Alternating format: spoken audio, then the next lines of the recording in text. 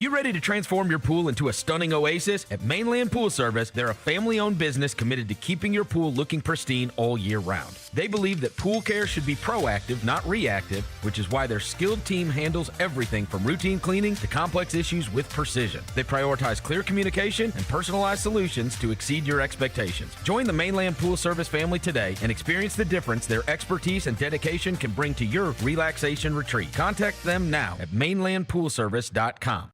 Junior Grizzlies summer camps presented by Ortho South are the key to a slam dunk summer with over a dozen 4-day camps perfect for hoopers ages 6 to 14 looking to build fundamental skills and make unforgettable memories. With camps across the Mid-South in Tennessee, Mississippi, and Arkansas, you won't have to go far for the ultimate hoops experience this summer.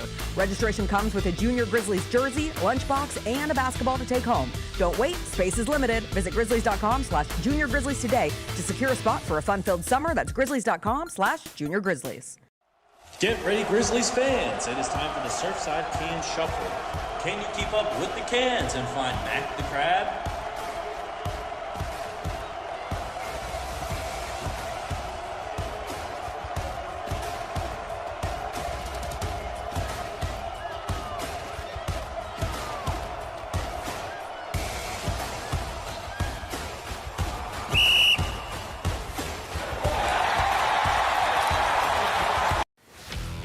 Let's face it, there's a lot of trash talk in basketball, but the great teams let their performance do the talking.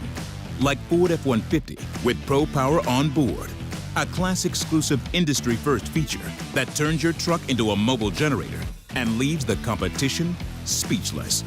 Ford F-150, official truck of the Grizzlies. Greatness starts here at your Mid-South Ford dealer. Class is full-size pickups under 8,500 pounds, GVWR. Orthopedic injuries can be unpredictable, unforeseen, and unscheduled, and Ortho South understands this better than anyone. Since your injuries don't make appointments, you don't need to either. That's because Ortho South welcomes walk-ins during the weekdays, in the evenings, and even on Saturdays. So next time an unforeseen injury makes an unscheduled appearance in your life, visit orthosouth.org to find your nearest urgent care location. Just walk in, and Ortho South will take care of everything, especially you. Learn more at orthosouth.org. That's orthosouth at orthosouth.org. Grizzlies fans know it's the team that gives you the edge. Big River Steel does too. And much like the Grizzlies have recruited legendary talent, we want you to be part of our team. Are you ready to be part of something legendary? Then visit www.bigriversteel.com. That's www.bigriversteel.com.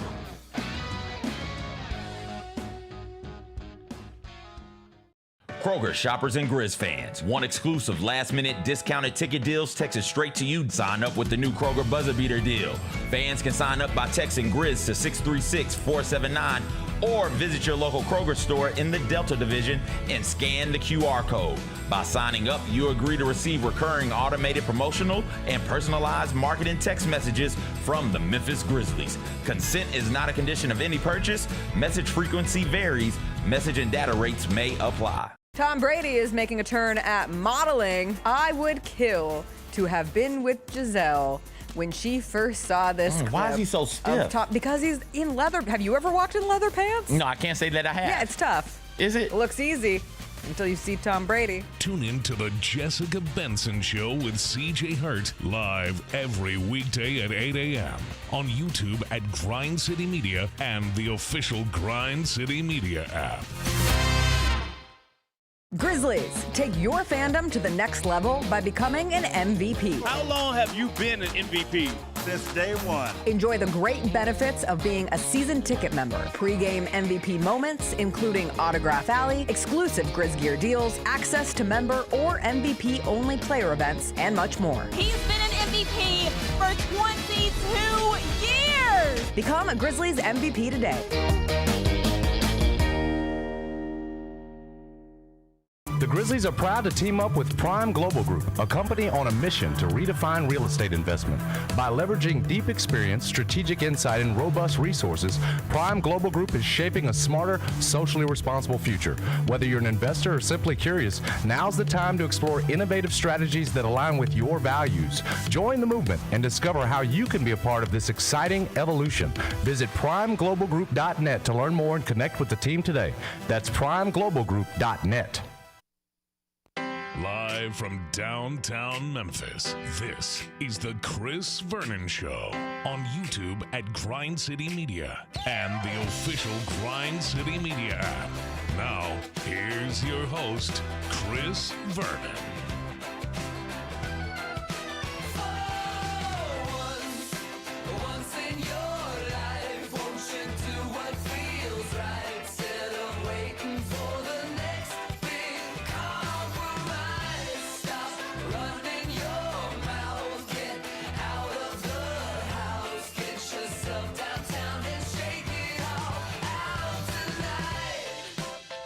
Here we go. It's noon on GrindCityMedia.com. It's Chris Vernon Show. Welcome. It's a Wednesday, May 27th, 2026 edition of the show. Today on the show, the pivotal Game 5 took place last night with Oklahoma City taking control of the series against the San Antonio Spurs. We'll talk about everything that took place last night, including the Spurs' best player putting up a dud and then walking out without talking to anybody. We'll go through everything that took place in Game 5. We'll get to all the news and notes of the day. Our Knicks buddy, CP the Fanchise from Knicks Fan TV. We got to congratulate him. You may have heard that the New York Knicks have got their feet kicked up as they eagerly await playing in the NBA Finals. We'll talk to CP the Fanchise on the show today. It is a Wednesday. Looks like the sun's trying to break out. Smile. Let's do it. Turn it up.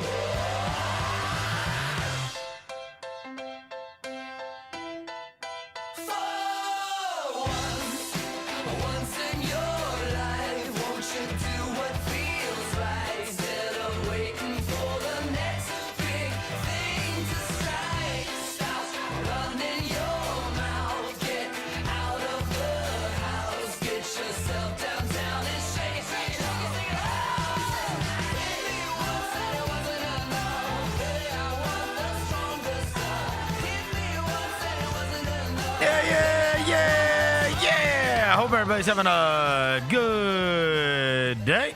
All right, we've got a ton of stuff to get to, not the least of which is Game 5 that took place last night between the Oklahoma City Thunder and the San Antonio Spurs. Seeing the Thunder take a 3-2 lead, which leads to a massive Game 6 in San Antonio. As I mentioned, CP the Fanchise is going to be joining us on the show at 12:45 today. Before I get to anything, I'll welcome John Roser to the show. John Roser, a.k.a. the Cologne Ranger, the Body Spray Bandit, in your sack. Johnny Backpaw, Johnny Bearcat, the Boom Roser, John Asparagus, John Net Carb, John Lance. He's Dr. Thunder. He's John the Polluter. He's John Sweeney. Congrats to your Thunder, idiot. I mean, they're not my Thunder. Yeah, they are. Yeah, they are. Yes, they are. I do feel like I have for sure been the only one here in this GCM sphere applauding them because they have looked like true champions in Game 3 and Game 5, a pivotal Game 5. They have looked like real champions. So I will say that.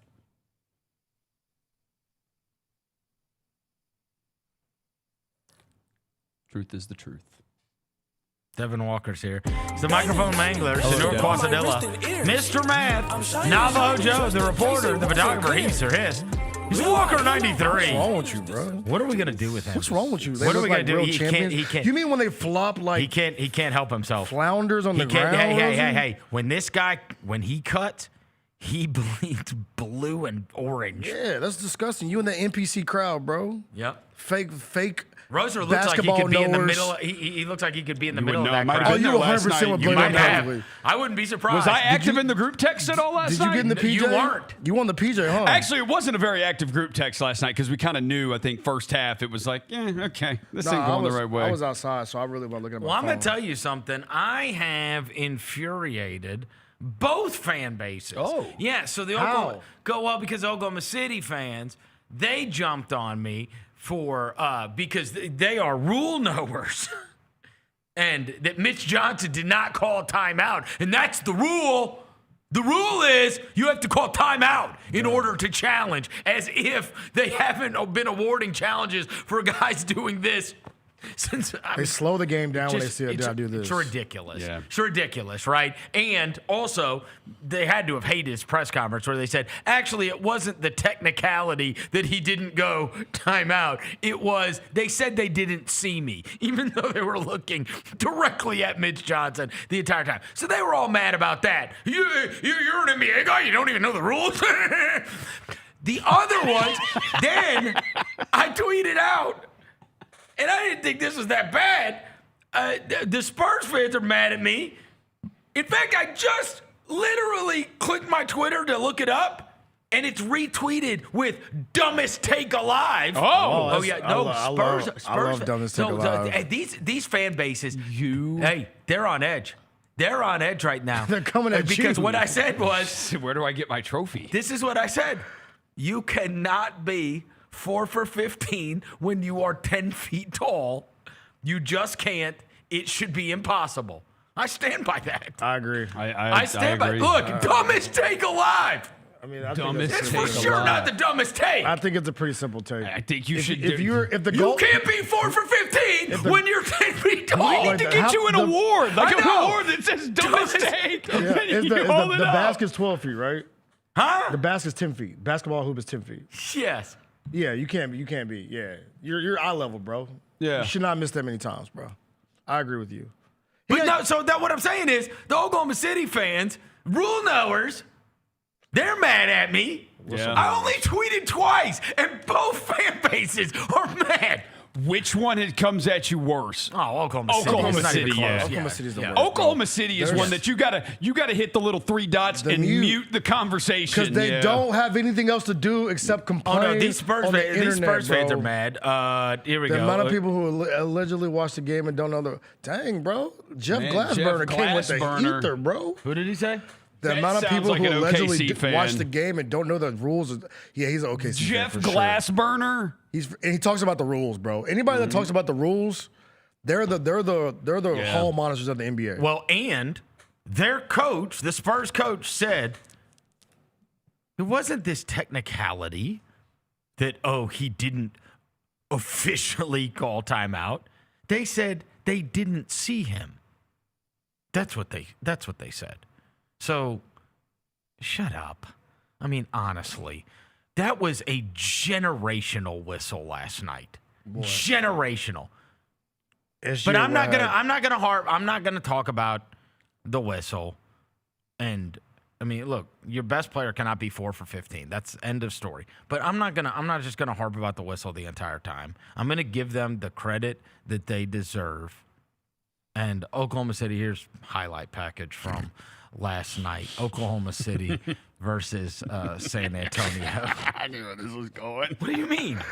Flopping school. We're gonna acknowledge Finding Nemo. We are gonna acknowledge how special they were last night. There's elbow to the throat. Back that ass up. Okay. Foul. Yeah. I mean, look. You know what? This is a different highlight package than what I intended to show. Oh no. Oh no. The center of gravity just I blame that. That's a balance loss. Oh. Now this one was it was 98-89 when this happened, Roser. That was a great defensive play. It was 98-89 when that happened, Roser. That's what champions do. Then SGA went to the line, hit a free throw. Oh no, not the ball off the foot. Oh, for goodness sakes.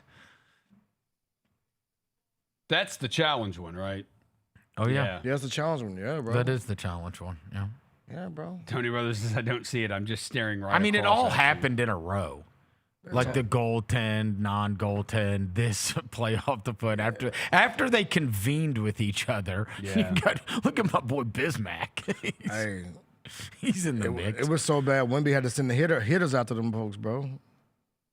He whispered in the ear, had to send them hitters out. Yeah, he did. Look, congratulations to Oklahoma City. I told y'all. I said that. I was like, you're going to send Bismack out there, bro. This was last night. This was Victor Wembanyama whispering sweet nothings to Mason Plumlee and Bismack Biyombo, and Plumlee immediately just trucked him. That's dirty. That's dirty, bro. Yeah, it is. I always say this. Fair is fair. That's wrong. That's ridiculous. No, that is ridiculous. Send them hitters out. It's ridiculous. It's ridiculous for him to just come in the game and then mow the guy down. I mean, God forbid the guy gets hurt. Now, the Bismack one is not bad. That wasn't a foul. The Bismack, he was a little dramatic He on that fouled one. him. He was dramatic on that one. He fouled him. He was dramatic. That was not bad. Jared McCain. Plumlee joint? Yeah, that was not bad. That was a good block, actually. I thought this was a good defensive play. And this was not the least bit dirty. No. Not the least bit dirty. No. The Plumlee thing was, he just that's flat ridiculous. out Wearing number 45. That's ridiculous. Freaky out there with the 45. The Plumlee thing is ridiculous. Come on, bro. You could really hurt somebody doing that, and that's not basketball. Yeah. The same way, again, I always say fair is fair. I'm objective. I'm the king of objectivity. I don't know about all that. I am. He has another trophy for that too. I have two trophies. I can't give you I that have one. king of objectivity and dumbest take alive. Those are the Both sides of the spectrum, baby. I'm a two-time champ. 2 times. Yes. I have been awarded king of objectivity and also dumbest take alive. And Mason Plumlee is a piece of crap for doing that. Yeah. That's what I think. That's what he's there for. No, that's not what he's there for. What else is there for? Didn't he say, I got another one for you too? Yeah, he's got another one for Jared McCain. He's going to get suspended. He said, why'd you do that? Why'd you do that? Why'd you do that? And then he made a TikTok. Why'd you do that? Why'd you do that? Why'd you do that? Why'd you do that? Why'd you do that? He said, why'd you do that? He said, I got another one for you. Oh. That's what he said. Yeah, he'll get suspended. He got excited. What if he would have gone, cause Wemby told me to? I mean, he did. Wemby told me to pummel you. He told him to lay him out, bro. Make him feel it. Yeah.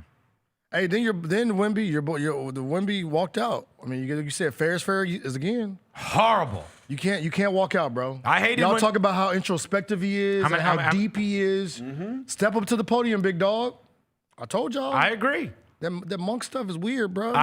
Look, I agree. Master Han. But did you have that? Because I had that same energy about Dylan Brooks. Did you? I mean, I said the same about the Wemby fake deep stuff. No. I had the same energy about walking out of a press conference with Dylan Brooks. Did you have that? That's why I'm the king of objectivity. Did I know? Because Dylan Brooks was wrong. Did I say that was terrible. It was terrible for Dylan Brooks to get us into a mix saying he fights bears and all this bull crap. And then when we got pummeled, he didn't stand up to talk. You either talk for the team or you don't. The difference is, you can't get your ass kicked. Is Dylan was disrespectful, though. Dylan was disrespectful to LeBron. But this guy's been talking about the rivalry with OKC, and he don't like them and all that stuff. That's what I'm saying. He can't bail. You just had the biggest game of your life, and you threw up an absolute dud. Smaller than mini-me. You're not allowed to. Look, you don't just get to the podium when you're big time. Yeah. You know what I mean? You got to, if you're going to be the voice for the team, and that's who everybody wanted to listen to. You want to be one of the greats. You got to stand up. You want to be one of the greats. You got to stand up. You got to face that. That's part of the gig, is facing the music, and he didn't face the music. Yeah. Last night. And he'll be like, oh, well, he'll come back with focus, and he'll be great. Yeah, again. And again, this is stuff that people go through. I mean, we just went through it. Like, guys do grow up before our eyes. I mean, we just watched Anthony Edwards congratulate them with 8 minutes left in the game. Yeah, I thought that you know what I mean? I thought that was weird. Well, I got it, but he won't do that when he's 30. No. You know what I mean? We watch guys grow up before our eyes, and they're going to make missteps along the way. And as I told you earlier today, Roser, when I was on with you and Lang, it's like we're watching him go through this for the first time. This is what the playoffs are. Yeah. And there's going to be struggles in these playoffs. We're watching a 2-time MVP shoot less than 40%. Yeah. They said he shot less than 50% from the field in 3 straight games. It's the longest streak of the season for SGA. And I think he's hurt. I think that left hand's hurt. I think a lot of people talk about that left hand being a little bit late. No. We did this with Ja. This is the playoffs, bro. Yeah. He's still cold, though, man. I got it, but there's when you make 6 shots and score 30 points. You know how you talk about like Ja and how they would even defend Right. KD back. And we said, "Are you hurt?" There's a guy, and then there's a guy behind him. That's not even the case, dude. SGA comes around, and there's just 2 guys right there every time. We did upon it. him. We did it with Ja. We yeah. did it with Donovan Mitchell. We do it with that. And you just are they hurt? What's going on? Right? Anthony Edwards exploded in a game when he came back in Minnesota, and then he stunk, and everybody's like, "Well, he's hurt."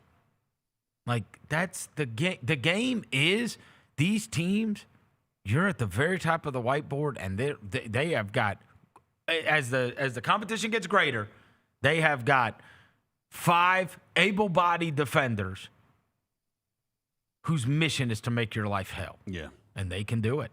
It doesn't matter how awesome you are. Doesn't matter how awesome you are. And Castle was guarding him in the walk-ins last night. I'm about Castle walking the door with him, bro. Guess who stunk in the finals 2 years ago? Jason Tatum. Yeah. Go look at his numbers in the finals, like shooting the ball. It's Jaylen Brown that won the finals MVP. You know? I mean, and over again, we have seen this take place. It is hard to be amazing, especially if you don't have, like, I mean, look, you think about last year's finals. Who had the biggest game in the finals last year of anyone? Who's the finals last year? It was Pacers, Thunder. Jalen Williams, the 40-point game. Jalen Williams. Jalen Williams got the 40. He had the biggest game of anybody. He had the biggest game of any of them in the NBA Finals last year. I mean, last night was Jared McCain. No, the second half. Chet the first half. McCain I'm going to the give second credit half. to Mr. Bean, their coach, because number one, he starts a guy that just went 1 for 10 and threw up a clunker in Game 4. He starts him. Goes and tells Kason Wallace, "Hey, I'm going with McCain." Then the guy stunk in the first half. Yeah, he was. Came back with him. Like, didn't bail on it. Came back with him. And the guy had, 18 of his 20 points in the second half? Yeah, 18 of his 20 was in the second half. That is the moment, right? I would bail on him. Be like, all right, this didn't work. You know what I mean? But the other thing is, and you got to give McCain a ton of credit for this, they tried to pick on him, and they could not. He held up defensively the whole time. Like, that is the one thing where you would think, all right, well, the downgrade's going to be, if they're going to play McCain out there, then they're going to put a spotlight on him, and that'll be the one, because they got outstanding defenders all over the board. He was moving his feet, and he was guarding, and they couldn't score on him either. And I was like, damn, man. Like, they were intentionally trying to go at McCain, and it didn't work. Yeah. And I was like, oh, he ain't no cone, brother. Like, he's not one that you can just spotlight. Yeah, and it's a problem too if the 7'10" guy can't get near the bucket at all. Like they're like I feel like the whole mission yesterday was like push Wemby away from the basket, and they've been able to. And they did it. They've been able to in games 3 and 5. Yeah, push him and obviously 4. He was dominant. Yeah, and it was everything within 10 feet. Yes, and it's like you got to figure out a way to how to get him. So you would think you 17, you'd be able to get near the basket, bro. He needs a go-to move. Like I was watching him last night. I was like, he's doing a lot of just figuring it out. You know, a lot of guys that are on that level. So he took 5 threes. Yeah, he said figuring it out. You gotta have a move you go to get to my. He's doing too much to try to get what he's doing. Too much. He's doing too much. I'm trying to. Why do you have the ball at the top of the key all the time? Why are you doing and then this, you're dancing. bro? You dance Why with it. dancing? He dances. Yeah, he dances. He was dancing. I was like, what are you doing? And then when he tries to drive, it's like he's trying to prove how forceful he can be. It looks like even his drives sometimes just are taking too much energy. Like when he threw it off the back, I was like, what are you doing? You're 7'8". Yeah, and you know what's crazy is you would think they've got all these able-bodied guards, but they do not do a good job of being able to get him the ball. They don't. In spots. You would think you could just throw the ball up.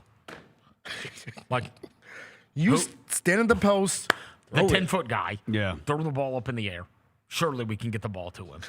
In a reasonable spot. But they did a great job pushing him off his spots. The other thing is, number one, way too passive. He didn't take enough shots. Yeah, he didn't. You know what I mean? He wasn't aggressive enough. He has to be awesome. He has to be awesome.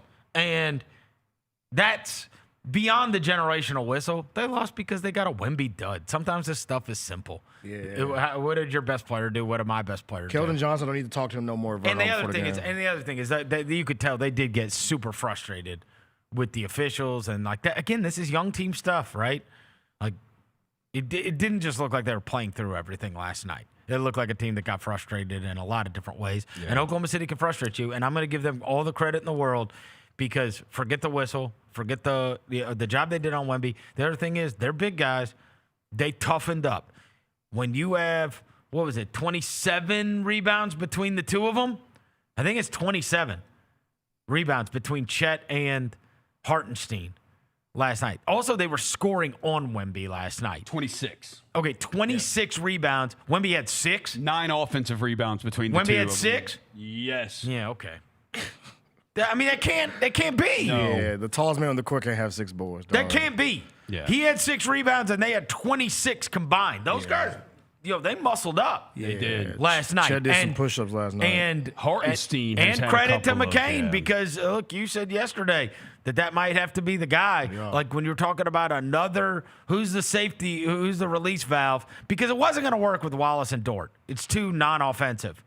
But in the absence of A.J. Mitchell and Jaylon Williams, that guy stepped up, man. McCain stepped up. And that was a big second half for him, for sure. Chet had the big first half. Yeah, Chet set the tone. Now, here's the thing. You would imagine, like, Wemby's got to respond, right? You would think so. I mean, you have, and they'll be at home. Yeah. You have one. You have no other choice. This seems.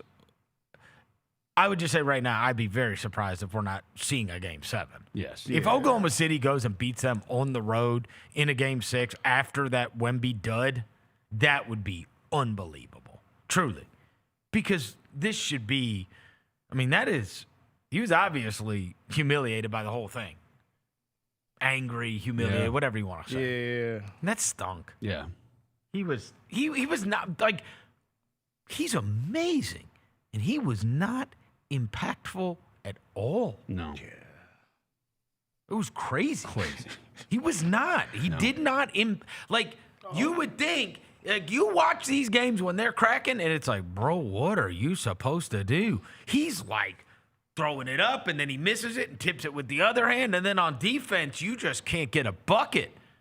And last night, not only could they get buckets on him, on offense, he's standing out the three-point line. It's like, what is this? It said with Wemby as the closest defender last night, players shot, I think it was like 59% from the field against him. Amazing. Like, what?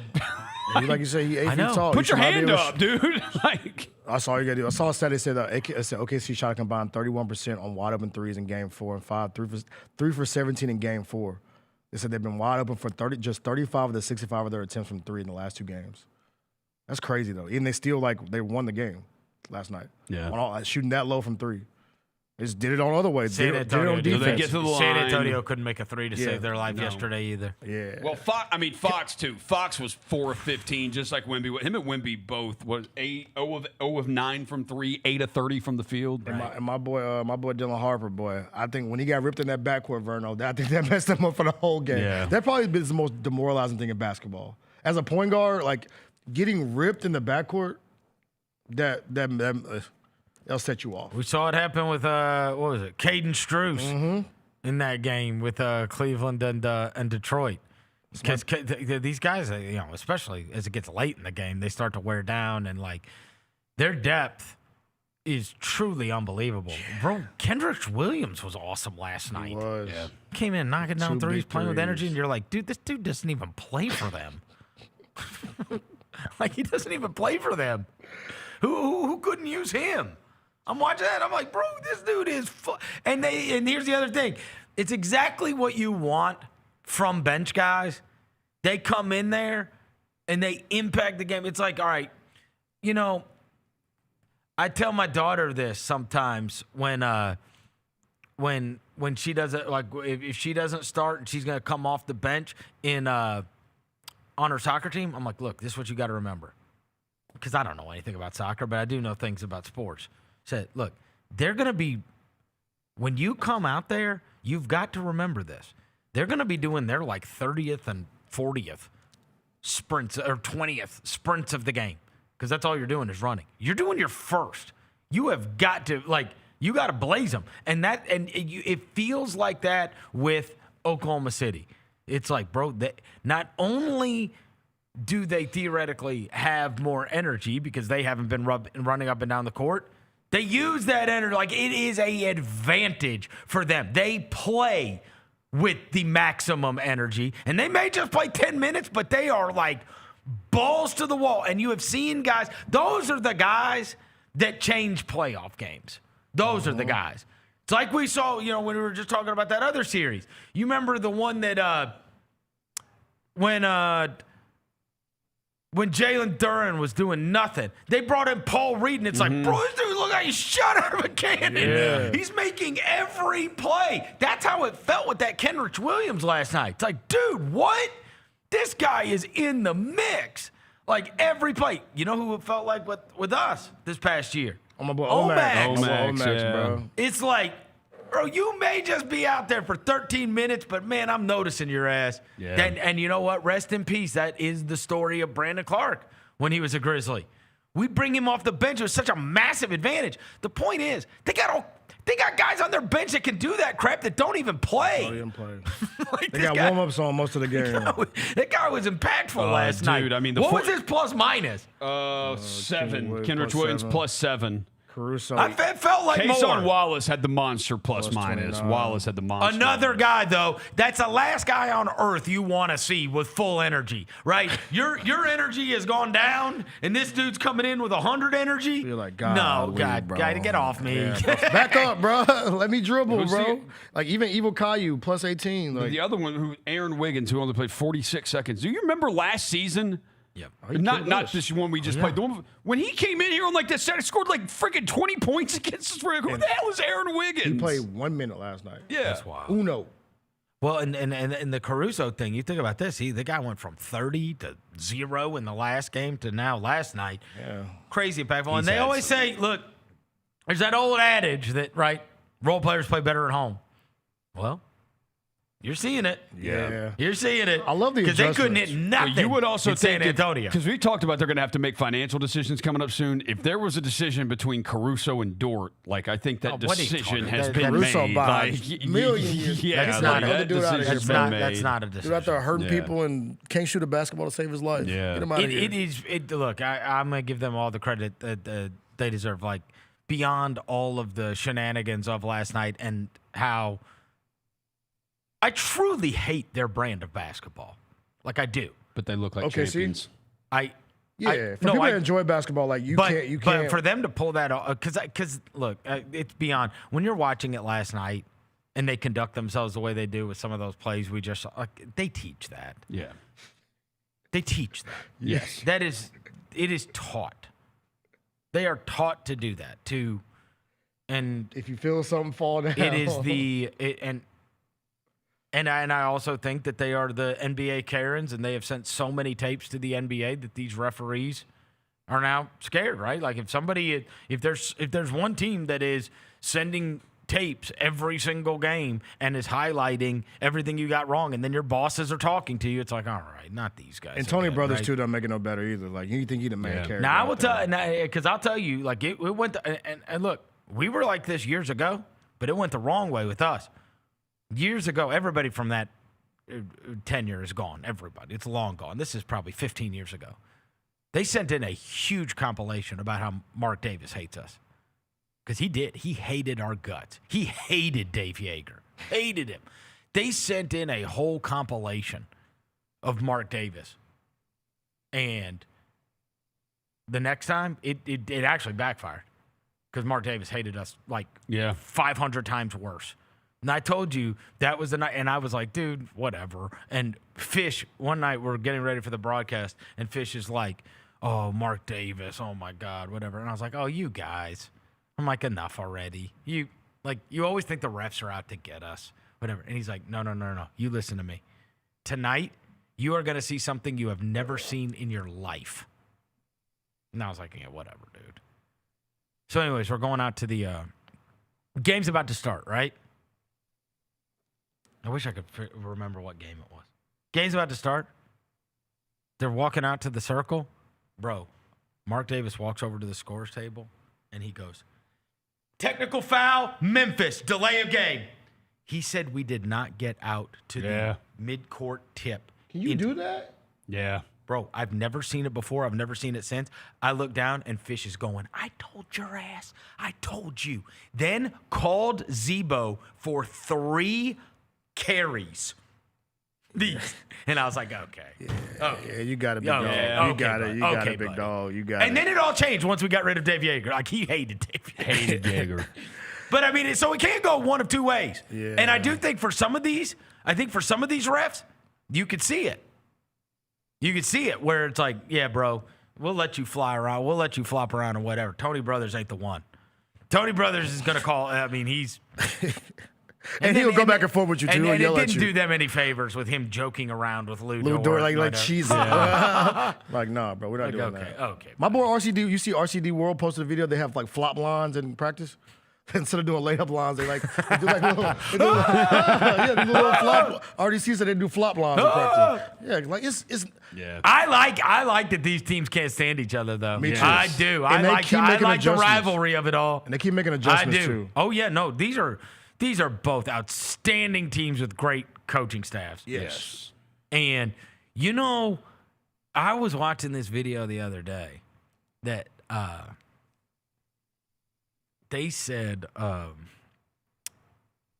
guess about maybe it was it this week or last week? Anyways, I was telling you about that story that I read about Greg Popovich and about how he like calls Carter Bryant multiple times a week and whatever, and it was about his level of involvement and whatever. And I was like, wow, man, this really opened my eyes to how involved this guy is in things. I didn't know. And then I told you that part of that story was Tim Duncan going and doing his rehab with him every day and all that stuff. Anyways, I read a story the other day. No, I didn't read a story. It was De'Aaron Fox on Prime. On the broadcast, he said that he came in the locker room and told him that's disgusting basketball type deal. He said it's the first time he has ever come into the locker room. Yeah, I saw that. And that after Game 3. Yeah, Game 3, yeah. After Game 3, Popovich went into the locker room, closed the door behind him, and Fox, I mean, he probably shouldn't have said this on national television, but he did. He said, Popovich walked in, and he goes, and Mitch Johnson, R.C. Buford, Brian, what's his name? The GM's name. I can't remember his name. Anyway, the whole organization was in the locker room, and he just let him have it. Popovich did. And so, obviously, they were shot out of a cannon in Game 4. Well, Pop's going to have to walk back in that locker room before Game 6, right? You know what I mean? Talk to our boy, talk to Wemby, bro. Right?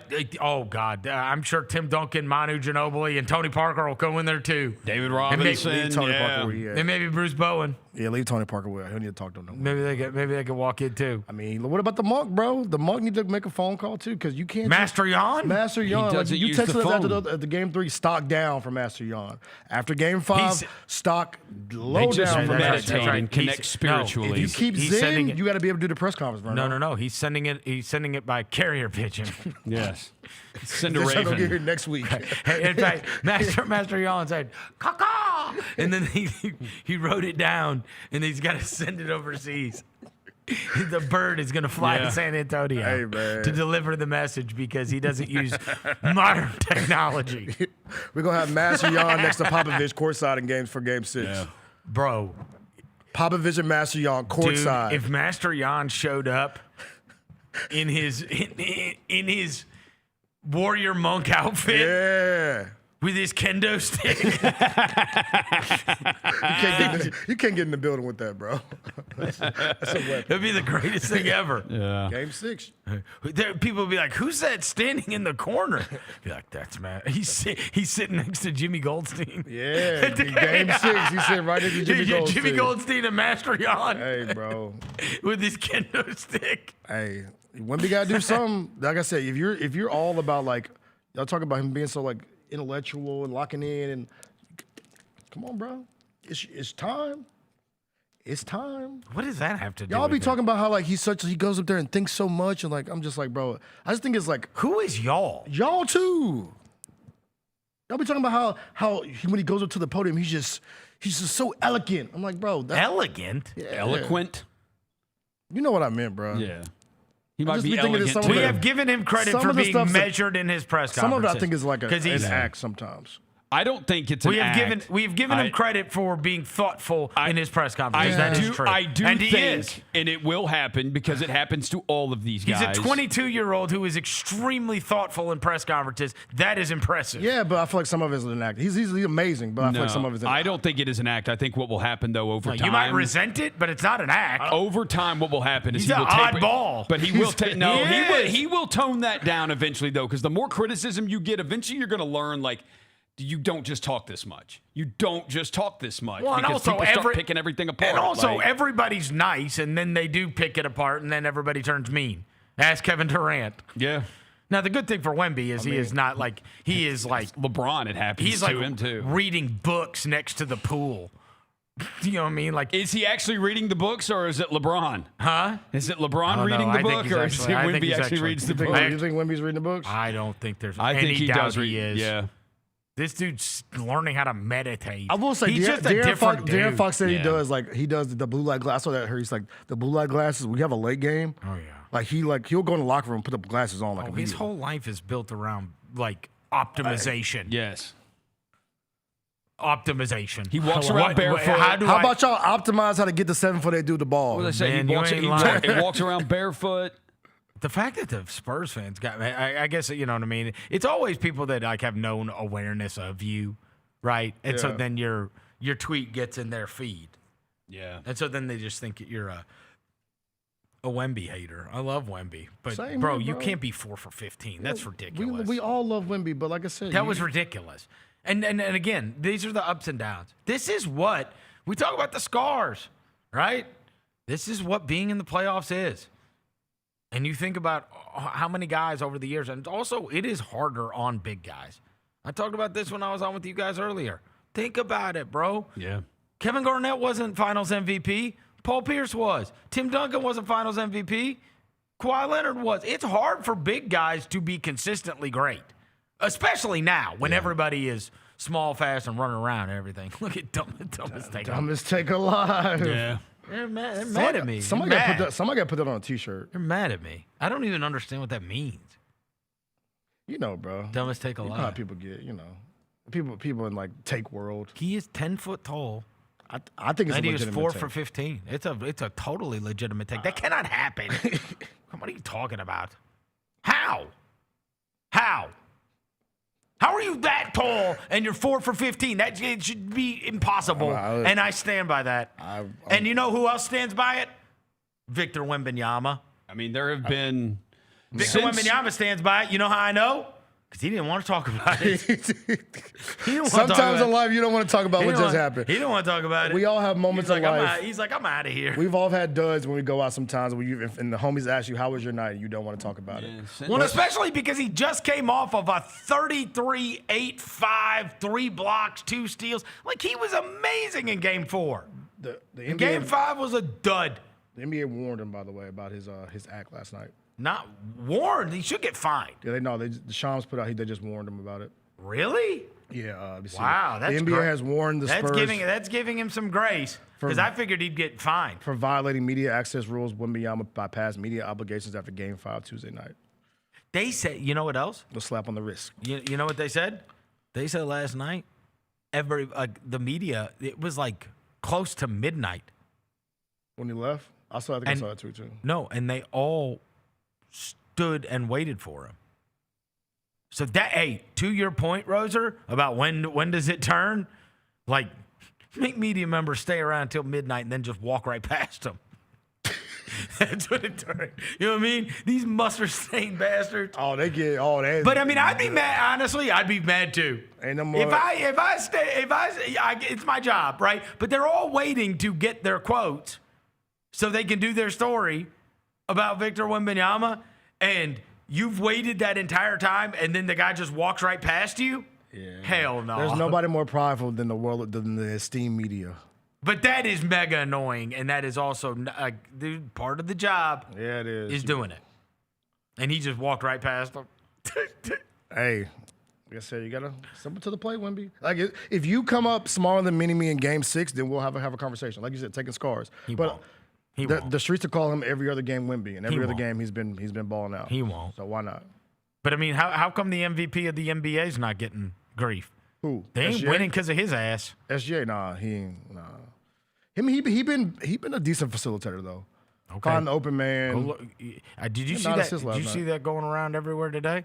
He's having more free throws than field goals in the playoffs. Yeah, I saw that. That's insane. Yeah, I saw that joint. That is insane. Yeah. More field goals or free throws than field goals? It's at 120 free throws and 116 field goals. I was like, what in the world? He's also shot under 40%. Yeah. You ready for this one? What you got? This is your 2-time MVP. Why don't you say mine? It's like this Roses. This is yours. It's Roses. Let's say it's mine. 7 for 29, which is 24% in fourth quarters and overtime. Yeah. That drops to 3 for 16, which is 19% in the 3 Oklahoma City wins. Wow. Golly. Oof. That's in the wins. So it's been the others carrying them. I mean, that's the playoffs, though, man. Like you said, I think it's fair to say, like when people are like, Wemby should have been MVP. Like you see the dud he put up. Like, bro, when he sucks, they lose. Yeah. Yeah. You know what I mean? Like, what's more valuable than that? And this guy's shooting 19% in fourth quarters and overtimes in the wins. We gotta put some onus on Fox and Castle and them too for being the guard. And it is when the guards dribble so much, like Wemby doesn't touch. When Jimmy's just staring around. It is also fair to say the gravity of, and this is the Tatum argument. This is the argument of every great player. The Kobe argument back in the day. The gravity, right? Like, I mean, of course, his presence enables the other guys to be able to do. But the point is, like, the other guys do get it done for his team. Very clearly. They've won the non-SGA minutes. His play, like the on-off court throughout the playoffs has been a net positive with him off the court. Figure that out. So, I mean, and again, it goes back to what we were talking about earlier. It's like, bro, Kendrick Williams doesn't even play. Yeah. He was awesome last night. Yeah. You just got guys that collect dust, and then they come in the game and they impact things. Yeah, that's not fair. I need the first. And they have guys who don't get to play who we have seen kill us in games. Oh yeah, we've seen it. Yeah, I need the first 15 possessions of Game 6 to be all Wemby dives. Oh, by the way, I you know what I'm saying? All Wemby dives to the basket because when you talked about big men. The NBA Finals MVP award has been around since 1969. There have been 10 centers to win the award. Only 10 that have ever won Finals MVP. It's normal. And that's centers. They're centers. Yeah. Like they're listed as like Giannis is not that. Giannis was a forward. He's a forward. Like 10 centers that have won. Yeah, but I mean, you're talking about power forwards. Probably what? Duncan's a center. Duncan counts as a center. Okay, but I mean, what? Giannis is a forward. I'm saying, is there another power forward? Is there another power forward on there? Ever in history? Let's see. Iguodala's a forward. Dirk Nowitzki? Dirk's a power forward. That's a good one. Dirk was one. Dirk's a power forward. That's a good one. Tim Duncan, 99. Duncan counts as center too because he's forward/center. James Worthy was like a 3-4.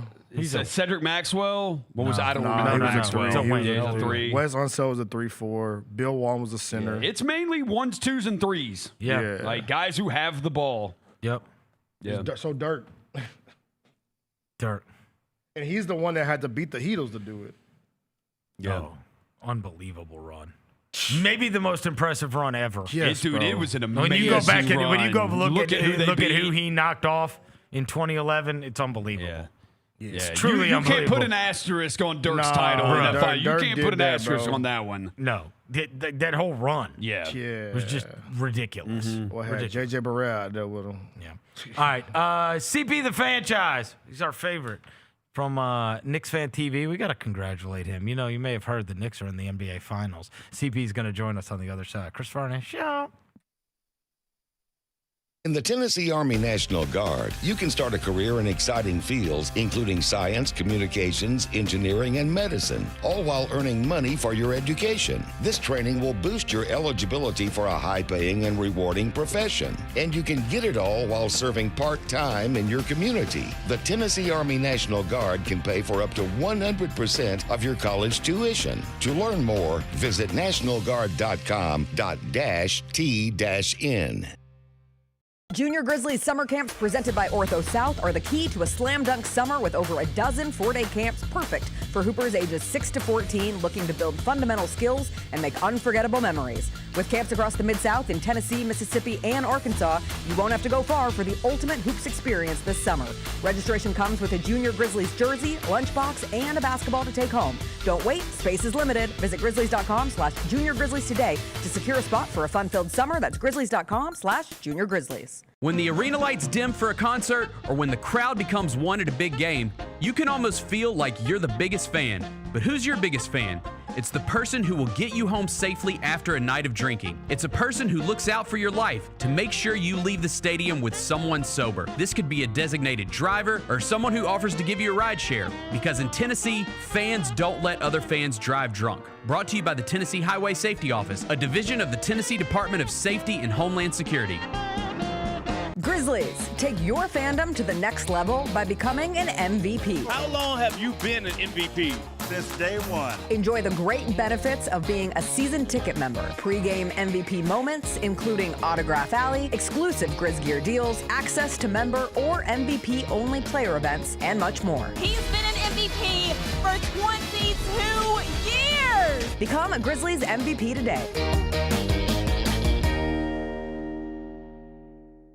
Sonic Radio. Welcome back to Sonic RNDIO. That spells radio with me, the CIO. This just in, the new Sonic $1.99 menu lets you build a crave-worthy meal for just $1.99 an item. Whether that's a creamy shake, crispy tots, or a quarter-pound double cheeseburger. This just out. Ostriches. They're mean, not very cute, and in my opinion, way too big for a bird. Don't miss the Sonic Fun 99 menu. 5 items, always $1.99. Live free, eat Sonic. Tax not included. See menu for details. Let's face it, there's a lot of trash talk in basketball, but the great teams let their performance do the talking. Like Ford F-150 with Pro Power on board, a class-exclusive industry-first feature that turns your truck into a mobile generator and leaves the competition speechless. Ford F-150, official truck of the Grizzlies. Greatness starts here at your Mid-South Ford dealer. Class is full-size pickups under 8,500 pounds, GVWR. Each challenge is unique, so each game plan is customized to identify opportunity and the path to victory. It's true in basketball, it's true in banking. Grizzlies Checking from Pinnacle with personalized planning and advice. Play hard, bank easy. Open a Grizzlies checking account with at least $100 and a recurring direct deposit by May 30th, and you could receive a $200 direct deposit bonus into your account. Details at grizzliesbanking.com. Member FDIC. The heaviest metal credit card of all time. Rumored to be one of only 18 in existence.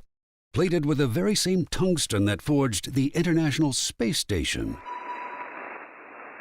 And wielded at business dinners like a samurai sword. It's a classic corporate power move. But the real power move? Having end-to-end visibility on your most critical shipments. FedEx, the new power move. New Amsterdam Vodka is an official partner of the Memphis Grizzlies. It's the only exceptionally smooth vodka that is 5 times distilled, 3 times filtered, and rated 93 points. New Amsterdam believes wins big and small become legendary when you celebrate them with your crew. So here's to the blue, white, and gold, the Memphis grit and grind, and reliving winning moments big and small with Tennessee's favorite basketball team. New Amsterdam Vodka. Find your wins. SGA wins his second straight MVP, becoming only the 16th person in NBA history to win at least 2. Did he deserve it? I'll keep it simple. Yes. Could you have made the case for other people? Yes. I mean, it's rare that we have a unanimous consensus for MVP. With that being said, yes, he deserved it, but you could have made a strong case for Wemby. You could have made a strong case for Jalen Brunson. The Gary Parrish Show, live on weekdays at 10 a.m. on YouTube at Grind City Media and the official Grind City Media app. Welcome back to the Chris Vernon Show on YouTube at Grind City Media and the official Grind City Media app. Now, back to your host, Chris Vernon.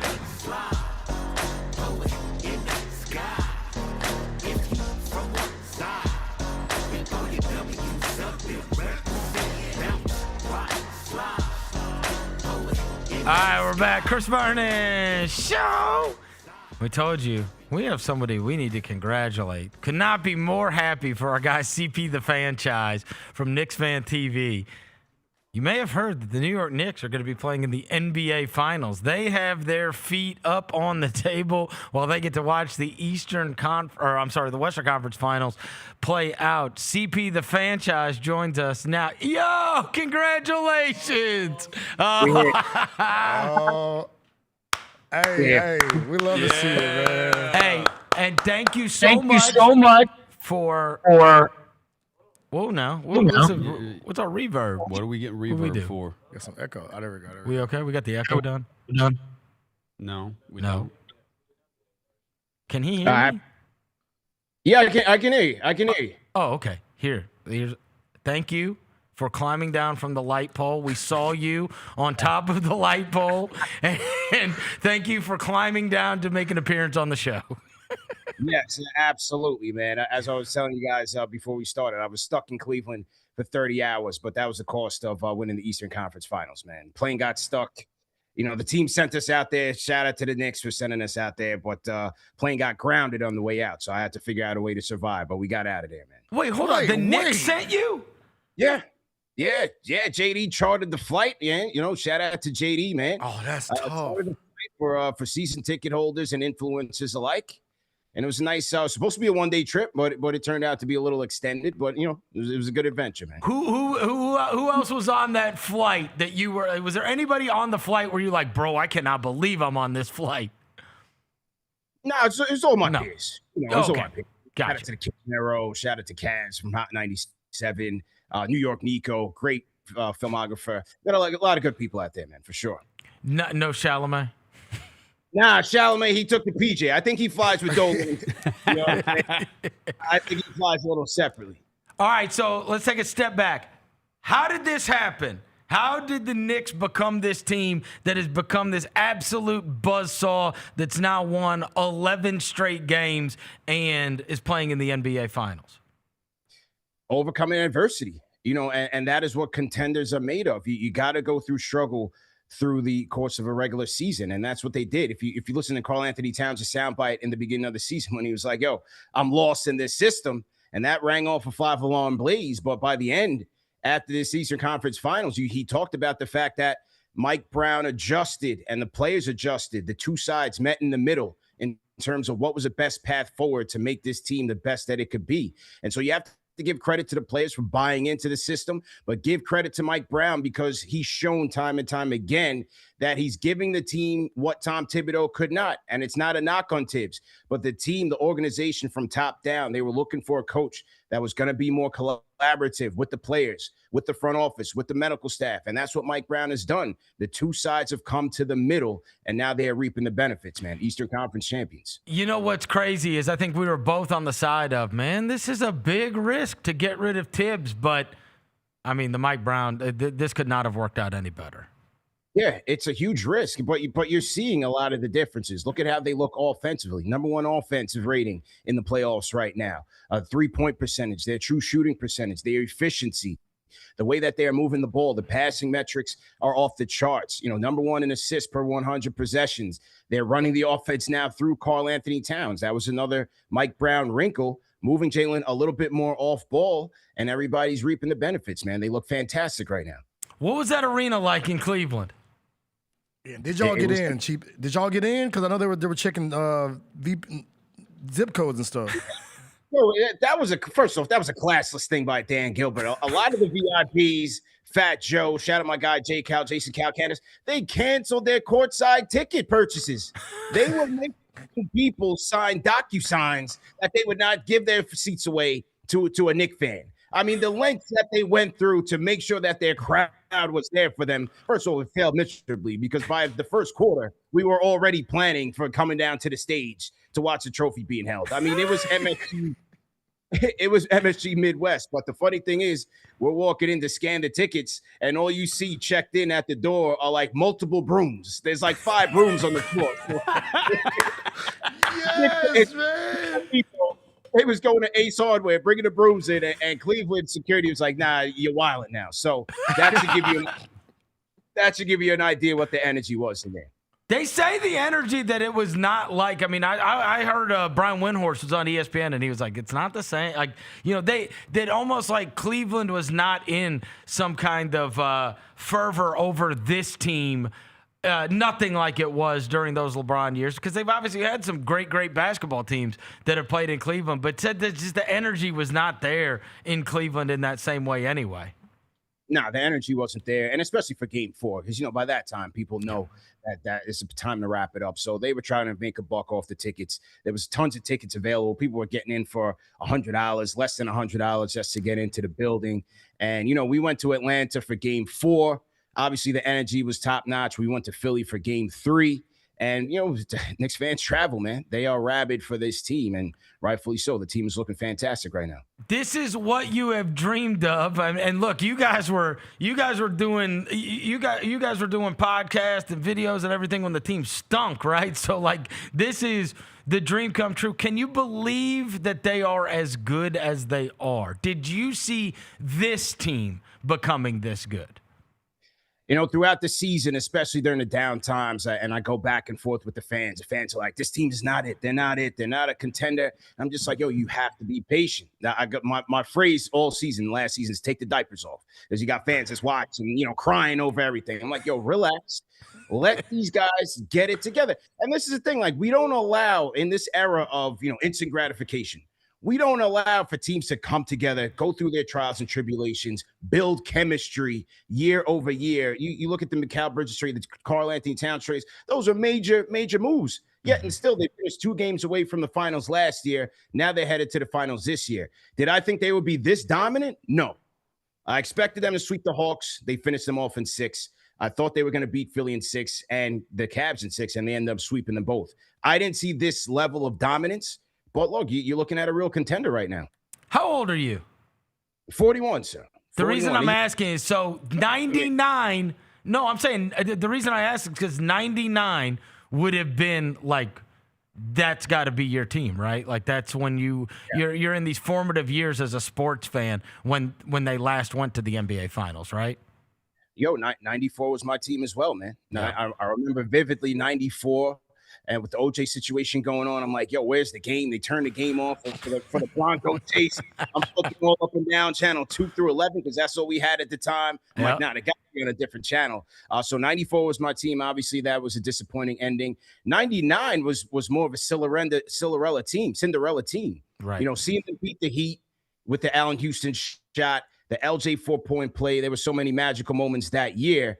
But look, this team they're writing their own story right now. And you look at last year, I talked about the fact that every game, win or lose, it was a struggle. It was a battle just to get out of those games. So to see them doing it in this dominant of fashion is great. And it's great for the younger generation to enjoy these memories as well. You have this thought or vision of what New York will be like if something like this ever happens. So compare it to what the reality is, right? You have this thing like, oh my God, if the Knicks ever made the finals. Okay. Well, now the Knicks have made the finals. What's New York like? We saw you with Luchasaurus, bro. How did that happen? Shout out to Luchasaurus. Yo, the 7th Avenue mosh pit is unlike any other, man. When you walk out the games and you walk out onto the street, you just start seeing a lot of familiar faces, fans of the show, a lot of like your regular friends. I mean, out of thousands of people, you end up running into the same people. But shout out to Luchasaurus. Look, the energy is great, man. A lot of people talk about all these Knicks fans that wilding out and the younger generation, they're doing this, that, and the third. It's all positive energy. And in this environment, when it's all about negativity and bringing people down, I love to see the energy out there. You had people up on the marquee after they clinched the conference final. So it's getting to a fever pitch.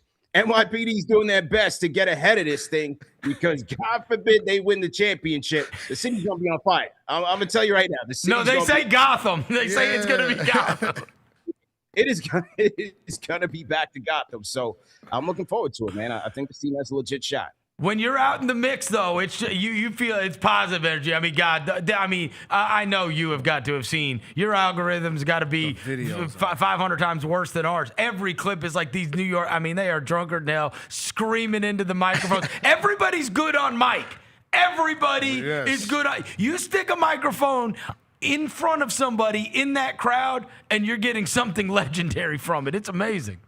You're getting legendary sound bites. But, you know, when the people talk about the fans, I kind of push back. I'm saying, look, I remember myself when I was a young kid in those kids' shoes during Yankee parades, several Yankee parades, Giants parades. Like, that was me. That was my type of energy. So it just comes with the territory. But I think by and large, it's been positive.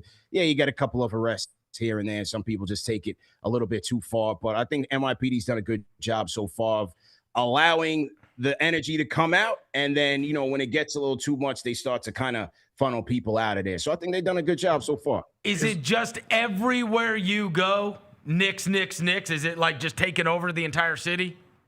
Everywhere you go. Is Brunson the king of New York? Is he getting to Jena status with the king of New York? Oh, yeah, definitely. The captain has the key to the city right now, and rightfully so. You know, it's the heaviest jersey to wear in the league. I always call it that. Some people can handle it, some can't. But he has that Jeter-esque mannerism to him. He's always poised. The spotlight is never too bright for him. He's a playoff riser. He plays well on the big stage, stays out of trouble, stays low-key, comes from a great family. So there's a lot of similarities. Now he just needs a championship hardware. Who is like the hardcore fans, like the sneaky favorite, right? It's never the star, right? So for us back in the day, that was Tony Allen, right? He was like the hardcore fan. That's who they bought the jersey of, or that's who they got the gear of, right? Everybody liked Mark. Everybody liked Zebo. But who's that guy? Is it OG? Is it Hart? Is it Alvarado? Have Landry Shamet jersey sales gone through the roof recently? I'm telling you, I would have to say definitely Hart. Because he embodies that spirit, especially for the older people like me. You know, when we think about those 90s teams, the 90s legends, the guys I talk to always bring Hart up first in terms of like who they most identify with from this team. OG, another blue collar, hard hat guy, two-way effort. You know, he got robbed again on the all defensive team. Should have been first. I'm getting Derek White up out of there, but that's another story. But Shamet, you know, if you look at it, Shamet, he separates his shoulder last year. Was set back by that, wasn't really a positive contributor in the playoffs last year because Tibbs kind of buried him on the bench until it was a little bit too late. Comes back this year, hurts his shoulder again, in and out of the lineup, even in the playoffs, and now he's become a playoff hero, man. The last 11 out of his last 12 threes he's made. So and they're going to need him. Make no mistake, they're going to need him off that bench to be firing away. So it's a great story for him because he's been a journeyman throughout his career. He's not even 30 yet. Did you leave that series going, oh, my God, the Knicks are hitting on all cylinders and they're just unbelievable buzzsaw that could have done this to anyone? Or how much of you did let it creep in? Boy, Cleveland looks lame. Both. But I expected that. Look, when you have Harden, you have Spider, you have Mobley, like they're just not those guys. They're not tough. They're not gritty. And so, look, I still gave them 2 games. I thought it was still going to be Knicks in 6. I thought offensively, I expected a little bit more from Spider Mitchell. Maybe coming off of those 2 back-to-back 7-game series wore them down a little bit. I expected a little bit more from their supporting cast, like the Struces and the Merrills of the world, to be a lot more efficient from 3. But also, I've seen this Knicks defense. You know, a lot has been made of the Knicks offense because they're running it up and the differential is so crazy. The Knicks defense is locked in. And they're playing at a championship level. And coming into this playoffs, the knock was always, Brunson and Towns are the 2 weak links. That they can't win with those with 2 weak links in your defense. If you watch the tape, they are more than holding their own. And then on top of the fact, Mikal Bridges is playing very well at the point of attack. Pick and roll coverages have been stout. Their weak side coverages have been stout. They're rebounding the ball very well. So they're finding different ways to beat you. So they're looking dangerous, man. Yeah, what do you make of these closeout games where they've just bombed these teams out, right? Like, theoretically, you're playing against a team who's trying to keep their season alive, backs against the wall. should have a Grand Slam effort, and instead they've humiliated 3 teams in a row with a chance to close them out. Killer instinct. Last time I was on this show last year, coming into the Pacers series, I walked into the Garden for that game 1, and it was the biggest choke job in franchise history. And it was said that Mike Brown showed them that tape to ask him again, how did that feel back then? And so I think you're just seeing the experience come out. I talked about it when I first came on. We don't really give a lot of credit to the experience that these guys have. Mike Brown as an assistant coach, the rings that he's won. Brunson, all the experience that he's gained. Josh Hart battle tested. Karl-Anthony Towns, this was his 3rd conference final. Mikal Bridges going to 2 NBA finals. OG Anunoby has a ring. Wasn't a big contributor in that Raptors run, but all these guys have experience. And now they're showing that killer instinct to close the door on teams. And so hopefully it translates at the NBA Finals level. All right, so I'm going to get to you about your thoughts about upcoming NBA Finals. But before that, I do want to mention the thing I'm looking forward to the most regarding the NBA Finals, because it should be competitive no matter which of these 2 teams comes out, is the one thing about this Knicks run that has been stripped from us by virtue of them demolishing these teams is the New York hatred for the opponent. We had a small glimpse of McCollum, right? We were getting the FCJ chants, and it was like, okay, everybody hates CJ McCollum's ass now, right? And it was like, okay, he's the new Trae Young, whatever. And then you bomb them out. But because of the lack of competition, there hasn't been anybody to hate yet or really turn that New York vitriol towards. And so whether it is SGA or whether it is Wemby, they better buckle up, because there's been nobody to hate, right, CP? Nobody to hate. And, I did a spot on 92.3 The Fan. This was a Cleveland radio show, and the 2 hosts, shout out to them. And they're talking, and they're like, oh, man, this guest, he's so nice. We can't even talk trash. And, in my head, I'm like, fellas, I feel bad for you guys. There's nothing for me to say. We are dominating in this series, and they're going to win in a sweep. I can't really banter back and forth. It just wouldn't be entertaining. So, shout out to them. They're going to enjoy Cancun. But should Shai Gilgeous-Alexander come in here with all the theatrics and everybody believing that they've got the referees in their pocket, look at last night as another example, I think that's going to change very quickly. That's going to change. I want Knicks fans versus SGA. Who do you want between the 2? You're watching these games just like we are. All right, how about this? Yeah. Who would you rather watch the Knicks play? And is that a different answer towards best chance at winning the title? Both is the Spurs. Gotcha. When I think that the inexperience, the inconsistency with them offensively, being able to match the firepower of the Knicks. Look, I love their defense. I love their athleticism. I think Stephon Castle, he is an assassin. He's fastly becoming one of my favorite players in the league. Obviously, the Wemby factor, he's going to put a lot of stress on Karl-Anthony Towns and Mitchell Robinson, the Knicks front line. But I think their path to the finals should be a little bit easier by beating the San Antonio Spurs. With OKC, you have to deal with the MVP, their depth. Jared McCain playing unbelievable right now. He's the reason Daryl Morey's looking for a job. And, again, the referee factor, they're very savvy at drawing those fouls. And so it's going to put a lot of stress on that Knicks defense. It'll be a much tougher matchup, in my opinion. Can you imagine? I mean, look, I wake up every morning after these games, and there's full compilations of people mad. I mean, imagine if that gets the New York spotlight. Oh, I can't wait. Hey, CP, I cannot wait for y'all to take over Oklahoma City and it's going to be a shell shock for them, bro. Do it. Yeah. Well, you'll know we're in there in Oklahoma City or San Antonio because we don't rock the shirts. Yes. That's the big community thing. Like everybody wear their shirts and color coordinate. Nah. We're putting our own clothes to the joint. We coming in styling and profiling. We put the shirts in our bag over our shoulder and we walk out with it. But look, I like that. Their fan bases are real dialed in. But yeah, people are already booking hotels. In fair, look. Not to be crude, but you don't need a shirt. You'd be the only black guy in the audience. You would be the only black guy. Yeah. Hey, you'd be like, it's not the shirt that stands out, CP. Immediately, especially at OKC. But yeah, we got fans already talking about booking hotels in both cities right now. So they're trying to figure where this is going to be in game 1. Game 2 is going to be on a Friday. So especially that day, you're going to see a lot of orange and blue in there for sure. That's going to be the hardest ticket in world history. Seriously. Like, getting into these Knicks games. I saw them post, like, what is it going to be, $4,000 to sit in the upper deck? Yeah, you going to be in the arena, CP? Oh, I'm in there. You know, I'm he's there. Ain't no way. But they already hit us up today saying that the sale dates that they had planned to do an initial release today for their Fan First program, early release, and then general public release Friday. That has already been postponed until further notice. So the demand is already breaking down the system. The system is about to explode, even at these prices, because you're looking at the difference in tens of thousands of dollars between the retail price and what people are trying to get you for in the secondary market. It is going to be crazy when you hear the final ticket number that people are going to be paying to get in here.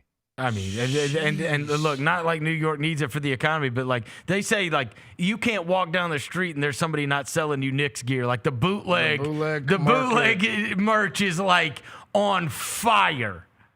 Yeah, everybody's eating right now, and everywhere. If this series is extended and you got the World Cup coming into town, it's gonna be. I saw that Game 6 is the same night of the France game. Yeah, that's going to make it. And if it's Wemby, oh, my God, you're going to have a whole country descend upon New York. We're going to be speaking French out there. It's going to be unbelievable, right? All right, coach us through this. Look, I'm going to get the – look, you're thinking about the finals. We're spending our time thinking about the draft. So you got any words of encouragement? You've gotten to this point in the year, many, many years, where you've already got your eye towards the draft. I bet you hadn't thought about the draft once, have you? Frankie Ntilikina dives so you can make this run. Yeah, not one bit. And that was the year we started this, was when we drafted Frank. So, seeing the progress of this team year in and year out, from preseason to the regular season, to sometimes playoffs, sometimes not, to the draft, free agency, summer league. We've seen it all, man. So I would just say, keep the faith. Keep the faith. And look, in this era, this second apron era, the draft has to be more and more important, right, in your team building. And so, find a spot for Ja and keep the faith after that. When you have you got all these fans, like, you guys have been hardcore for so long, but and this happened even when the Grizzlies made the playoffs. It's like, a lot of people that never care, everybody cares now, right? Like the whole city's on fire. Everybody cares. Give me the name, or give me a name of a player that if you mentioned this player and the person responded in kind, like they knew what you were talking about, then you would know they are a bona fide Knicks fan. Like there's somebody that actually went through it with you. Michael Doliak. Doliak.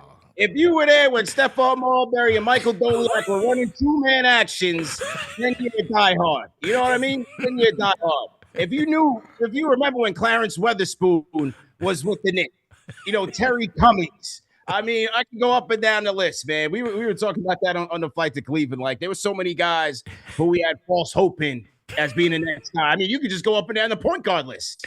So it's amazing to be here that, we don't have to have those. My guy that our old coach started, Fizdale, Trier, Alonzo Trier. Oh, my gosh. So walking bucket, he had a future here. We're talking about, hey, he's the next coming.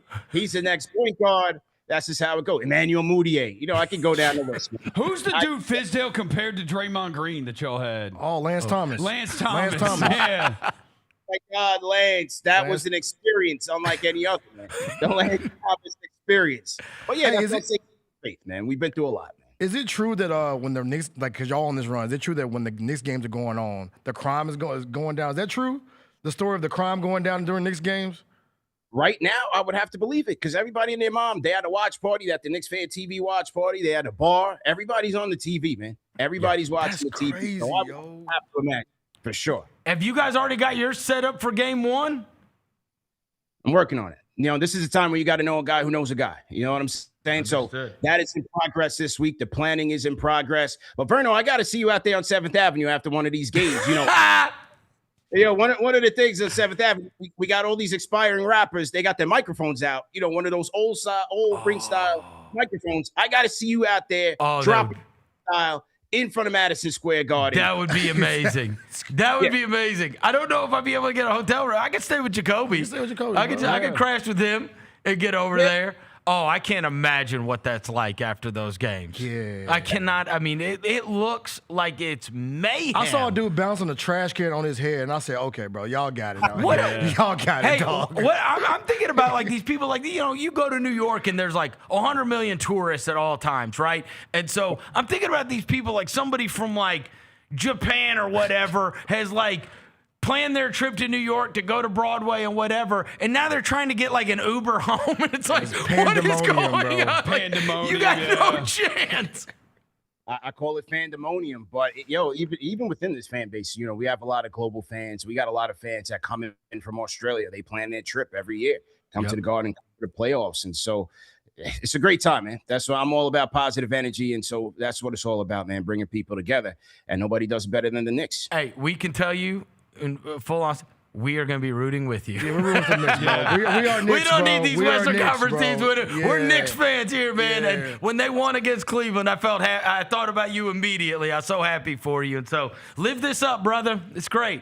You and Ash and Nicole Moss, room for y'all. Shout out to Ash, friend of the program for sure. But yeah, man, appreciate you guys for having me on, man. Looking forward to the next one. Thanks, CP. All right, CP the Fanchise from Knicks Fan TV. I'm so happy for those guys. Yeah, man. I am so happy for them because it also brings a huge spotlight on them and guys that have been doing this. Like, you know, these guys, like, they cover that team, and the same way, I've told this story many times, the same way the reason or the way that I first met Bill Simmons is because the Grizzlies made the Western Conference Finals. Yeah. He was doing ABC Countdown. And I had been friends with Zach Lowe forever since he was at SI. And me and Zach were together, and Zach had taken a job at Grantland with Bill. And thus, and Jaylon was also doing the thing too, right? And Jaylon was doing some videos at Grantland. But that's how, like, once you're down to the last four, once you're down to the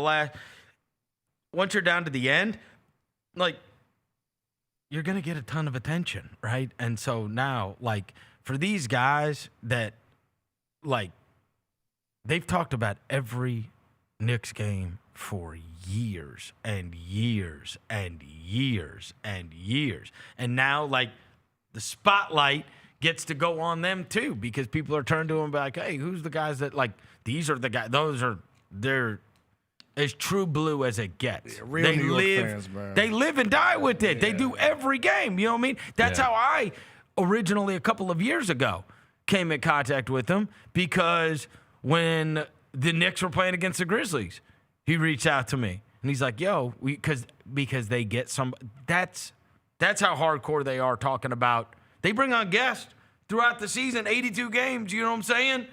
They bring on guests throughout the year to talk about Grizzlies versus Knicks, you know what I mean? Like, and then the game's over, and then they're doing a post game. They've dedicated their life to that team.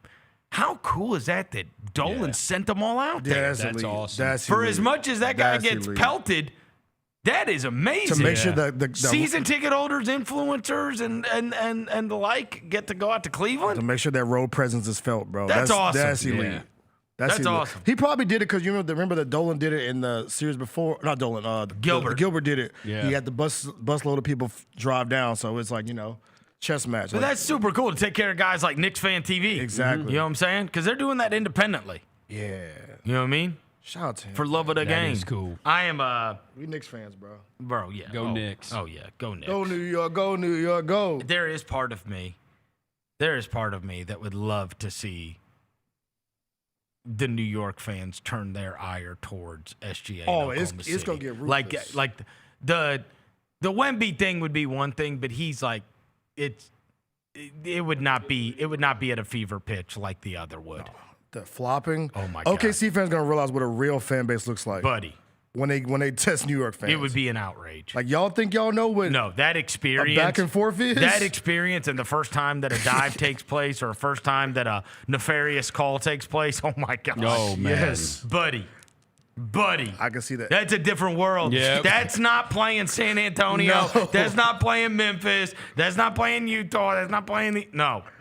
That's a different world. You saw it a little bit with the Lakers stuff. When they'll play against them, but like generally, yeah, No, it's nothing like New York. No. Nothing is. Nothing. That spotlight and that fan base. Yeah. Buddy. Bro, nobody. We talked about like it's nobody does fandom like New York fans. I know you like Cowboy fans are cool, but New York people are different, bro. Oh yeah, they love their teams no matter like they can be bad. Like Fanchise, he's been doing it since they've been bad. And they'll kill their own players too. Yeah, They'll crush their own players. Yes, I mean ask like Alex Rodriguez for years with the Yankees. Like, yeah, they just say you got to be a real type of dude to play in New York. You got to have a tough skin to play in New York. Interesting that he says the old players always bring up Hart to him.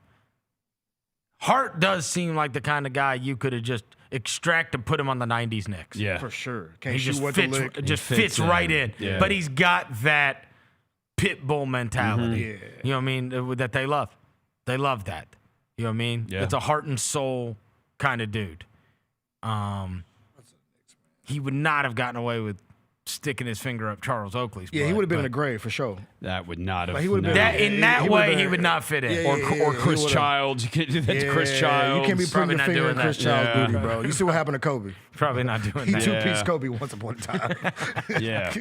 Other than that, he would fit right in. Yeah. All right, before we get out of here today, I do need to bring up what happened in the Cardinals-Brewers game last night.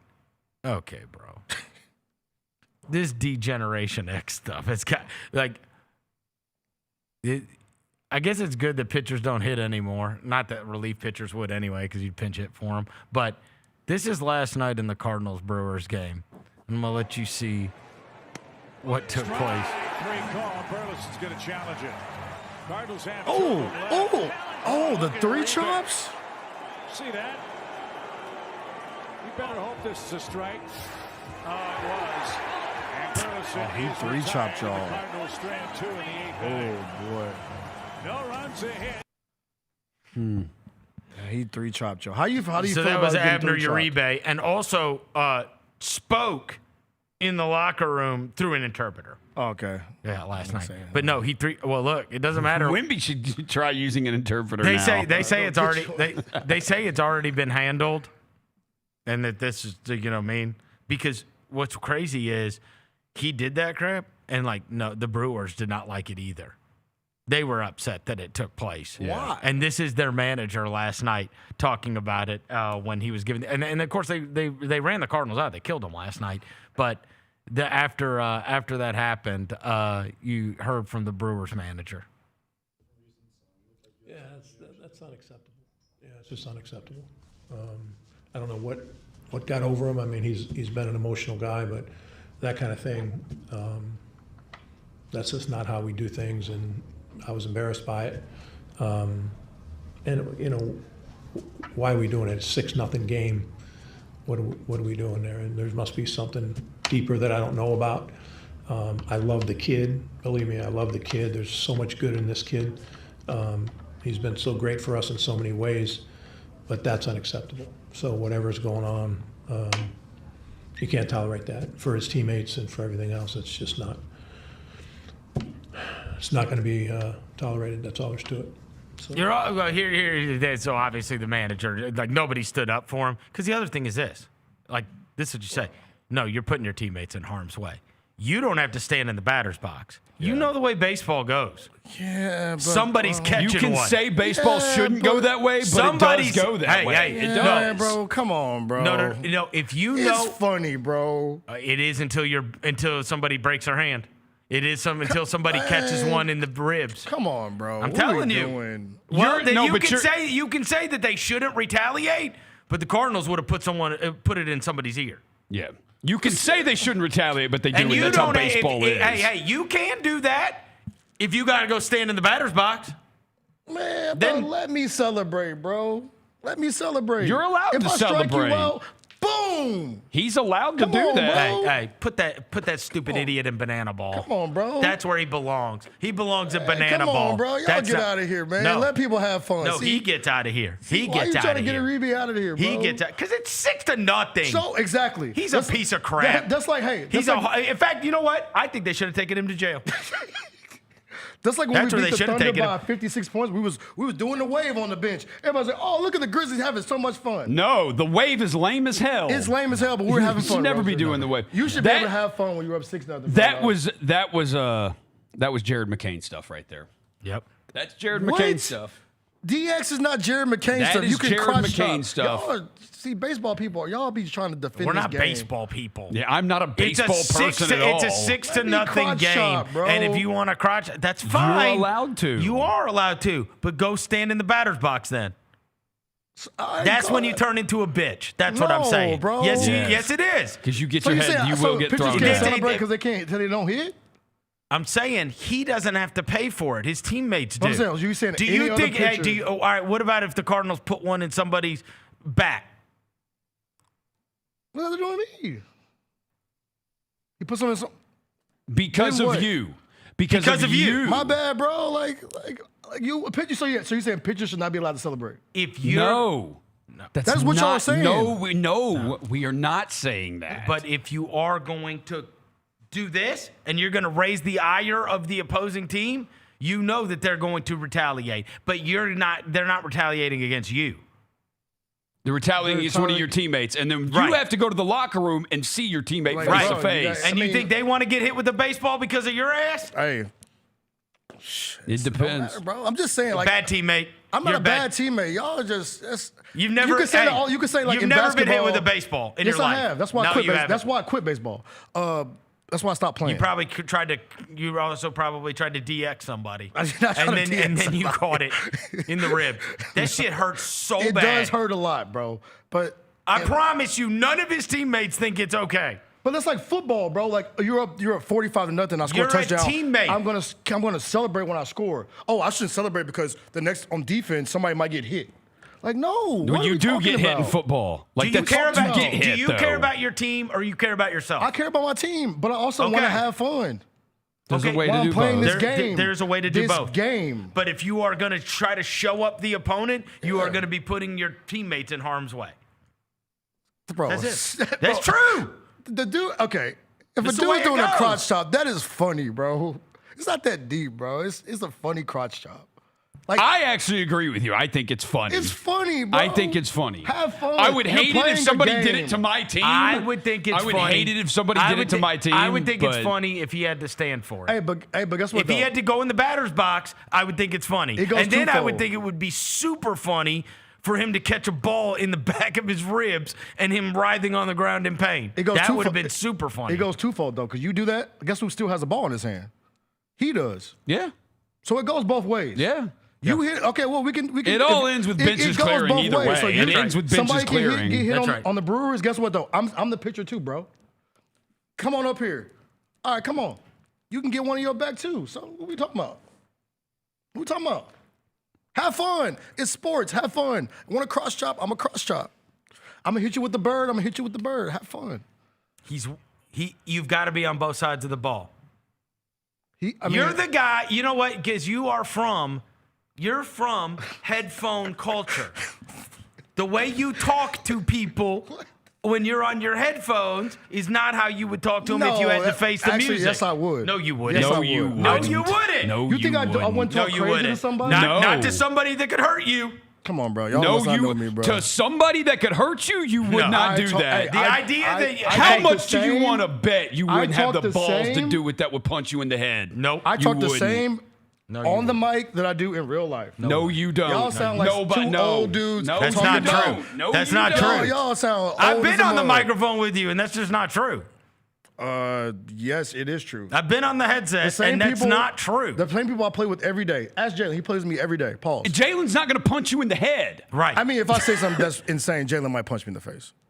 You would not say something like I that to talk Jaylon. crazy on the mic. I talk crazy in real life. You would not talk I don't crazy to change. somebody in real life you don't know that could whoop your ass. You So would not wait, do hold on. that. What's the point in this? Okay, what's the point? Because that's Yeah, what I don't I'm know saying. how we got on this part of it, but, because you don't have to face the music. If this guy had to face the music, he's not doing this. I also the have same a way, weapon. if you had to face the music, you wouldn't be talking spicy to someone if they're right next to you. You would on headphones because you don't. There's no threat. There's no threat to him because he doesn't have to face the music because his teammates have to pay for his transgressions. So like I said, he still has a ball in his hand too. He's a relief pitcher, Devin. But I'm saying he still has a pitch though. Right, but he doesn't get to face the consequences. What don't you get about that? If you talk shit and a guy punches me in the face, how does that work? So you saying pitchers should not celebrate in baseball?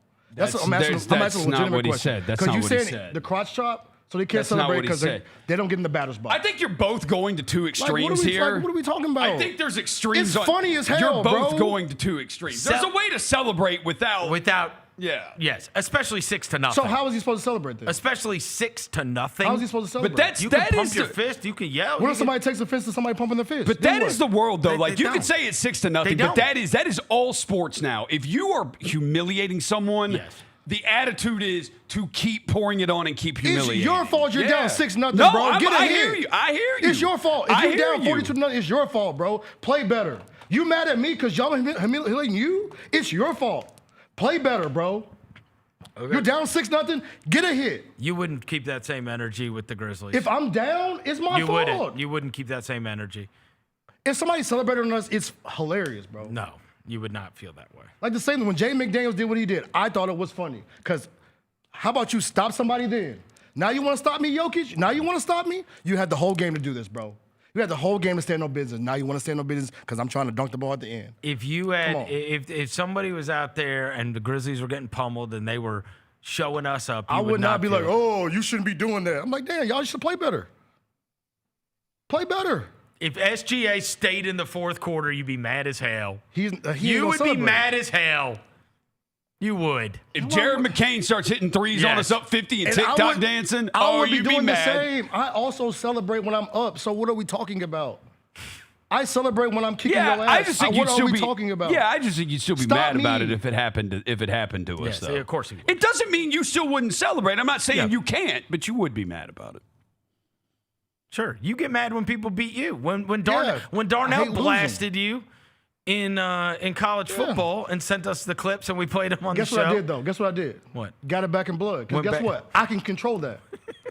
What'd you do? Get it back in blood? I got it back in blood 4 times in a row. He beat you, or you beat him 4 times in a row. And then he beat me again, but he still. didn't. Darnell.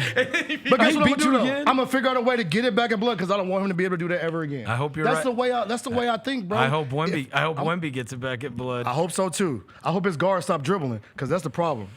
Stephon Castle, y'all, stop dribbling that basketball. Stephon Castle just throw, man. You can't dribble against Oklahoma City. You can't. They're doing too much dribbling, bro. Last thing before we get out of here. I'm sure you guys saw this floating around. Talk about getting it back in blood. You know who we love that got his feelings hurt? Jock Landale. Yeah, I saw this. Jock Landale got his feelings hurt with the trade. He was on a podcast and told this story about that fateful night that he ended up playing for the Atlanta Hawks and going off. This is actually pretty good. I haven't told anyone this. I'm sitting there, I get a call from the Utah guys and like, hey bro, like, glad you got off the plane. Like, we're sending you to Atlanta. So then I get the call from the Atlanta guys, and the Atlanta guys are like, we play Utah tomorrow. You want to play? I was like, bet your ass I do. Atlanta's like, we'll fly you in tomorrow morning. You play tomorrow night.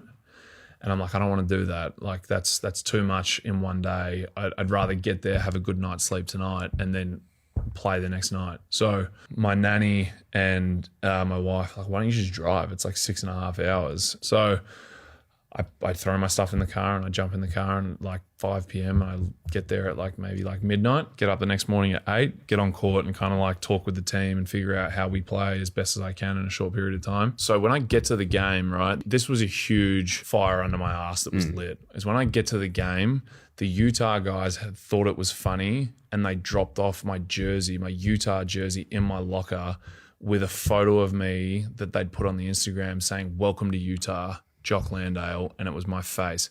So I opened up my drawer and I see this Utah number 11 jersey with this photo, and I was like, oh, you guys think this is funny. Like, you think it's funny that I've just been like tossed around and I'm not going to see my family for 3 months and like all this stuff. And I was like, at that point, I was pissed. Like I'd gone from like, it is what it is to like, now I'm like actually a little bit like pissed off with you. And then I go out there and I play purely on instinct, which as an athlete is like the best place you can be in, and play pretty good and we win. So it was a good night. Wow. I love him. Yeah. See, that's what I'm talking about, bro.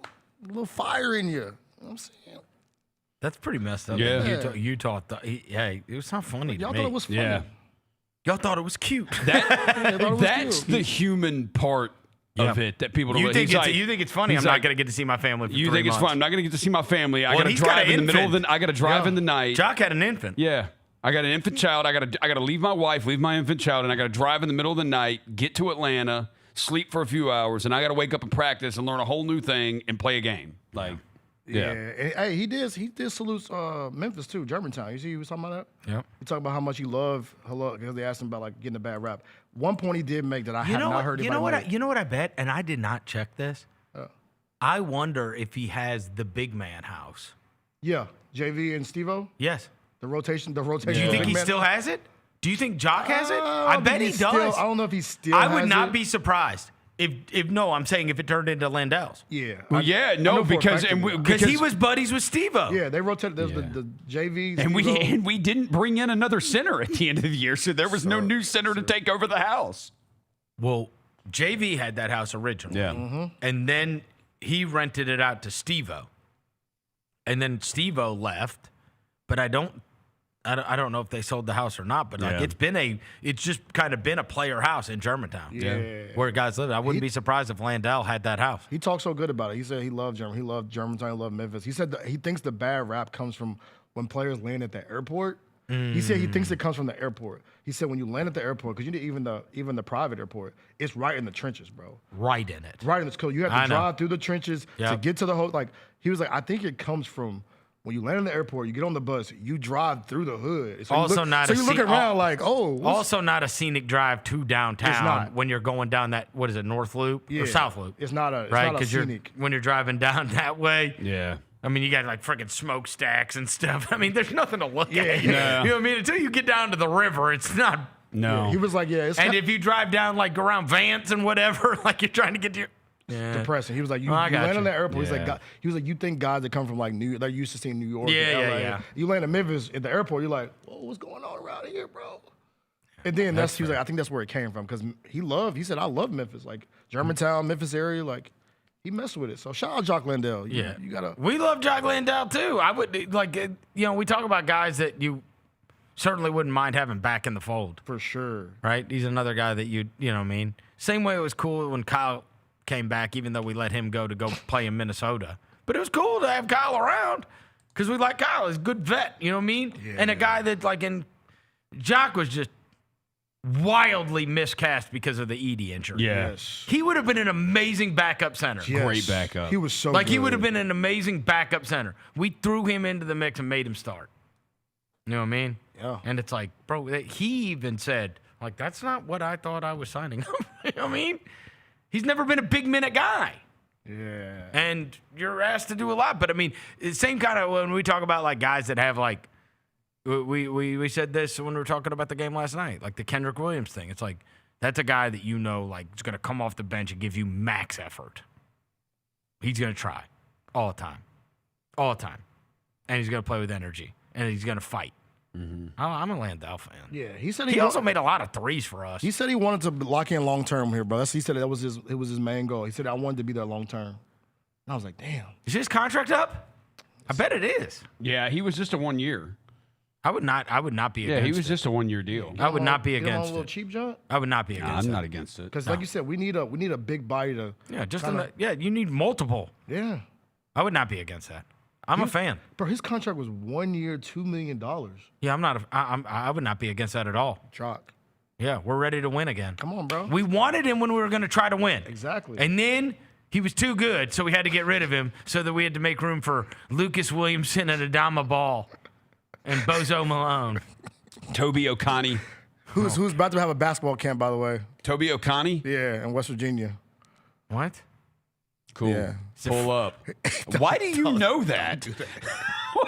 Huh? You subscribe to the Toby O'Connie newsletter? I follow Javon Small, bro, and Javon Small reposted the jump, bro. Oh. Because Javon Small played at West Virginia, too. Oh. This guy played at West Virginia? I think he's from there. Oh. I can't tell you a fun fact about none of them dudes that just play for us. I just think about that when we were talking to CP earlier. Like, there's gonna come a day and be like, bro, you weren't there. You weren't there for Adama Ball. You weren't there for Adama Ball. Get out of my face. You don't get to celebrate this like I do. Yes, bro. You didn't have to talk for half an hour about Ryan Rupert. Get on my level. We was at them games every night, bro, watching Ryan Rupert and Lucas Williamson swing to each other. Yeah. We was in them trenches. You don't know about Adama Ball. You weren't there for the Trey Jemison days. Speaking of Trey Jemison, what? Has a chance to get a ring. He's a Knick. Is he? He is? A Westchester Knick or a New York Knick? He's a Knick. Oh, good for him. He posted yesterday.